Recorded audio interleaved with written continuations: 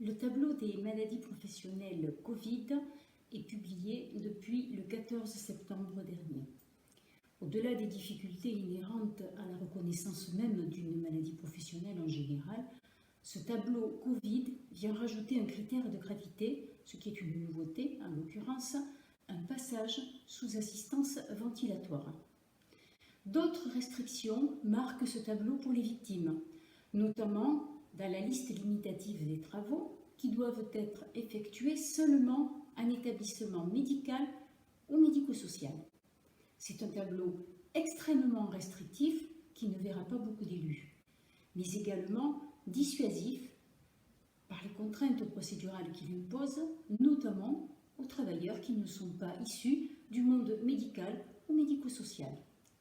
La FNAT, comme d'autres associations ou syndicats, a exprimé son insatisfaction et a même formulé des propositions d'amélioration. Aujourd'hui, les notifications de rejet commencent à arriver chez les victimes qui ont fait une demande de prise en charge au titre de la maladie professionnelle de leur infection par le Covid. Que ces personnes travaillent ou non dans le secteur médico-social ou médical, qu'elles aient ou non subi une assistance ventilatoire, elles ne doivent pas se décourager, mais elles doivent persister à faire valoir leurs droits. Il en est de même si les symptômes ne se limitent pas à des problèmes ventilatoires.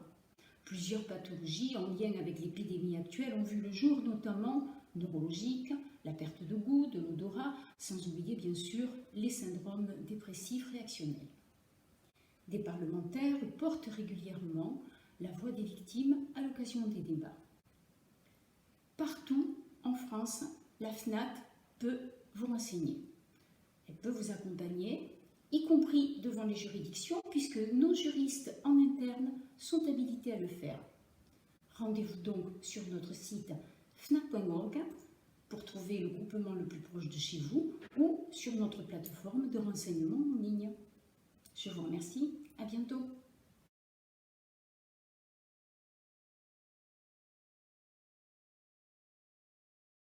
La parole est à Monsieur Jean-Félix Acquavive. Merci, Monsieur le Président. Ma question s'adresse à Monsieur le ministre des Solidarités et de la Santé.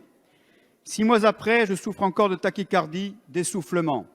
J'ai 41 ans, je n'ai aucun antécédent. 7 mois après, j'ai l'impression de vivre dans le corps d'un senior. J'ai une fièvre quasi quotidienne de 38. Je souffre d'asthénie, de polyarthralgie des membres inférieurs. Voilà les témoignages de Mélanie, de Sabine, de Nicolas, de Pedro et tant d'autres. Leur point commun, c'est qu'ils ou elles sont infirmiers, aides-soignantes, médecins, techniciens de laboratoire, aides à domicile ou agents d'entretien.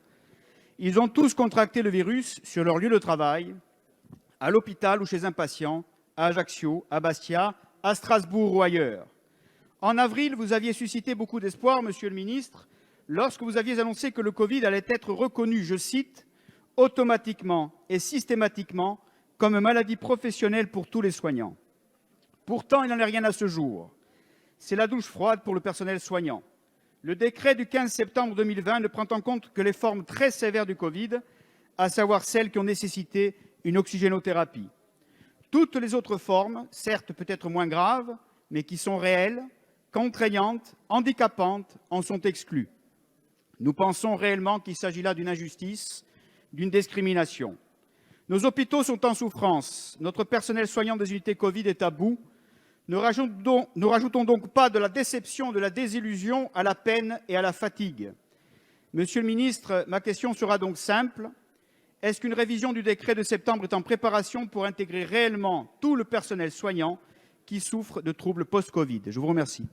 Merci, cher collègue. La parole est à Monsieur Adrien Taquet, secrétaire d'État auprès du ministre des Solidarités et de la Santé, chargé de l'enfance et des familles. Merci Monsieur le Président, Mesdames et Messieurs les députés. Monsieur le député Jean-Félix Acquaviva, merci pour votre question qui me donne l'occasion avant tout de saluer l'action au quotidien de nos soignants. C'est peut-être un sentiment de répétition chez certains, mais il faut continuer à leur rendre hommage, à ces hommes et à ces femmes que nous n'applaudissons plus à 20h, mais nous sommes tous évidemment conscients de la situation à laquelle ils sont confrontés encore aujourd'hui.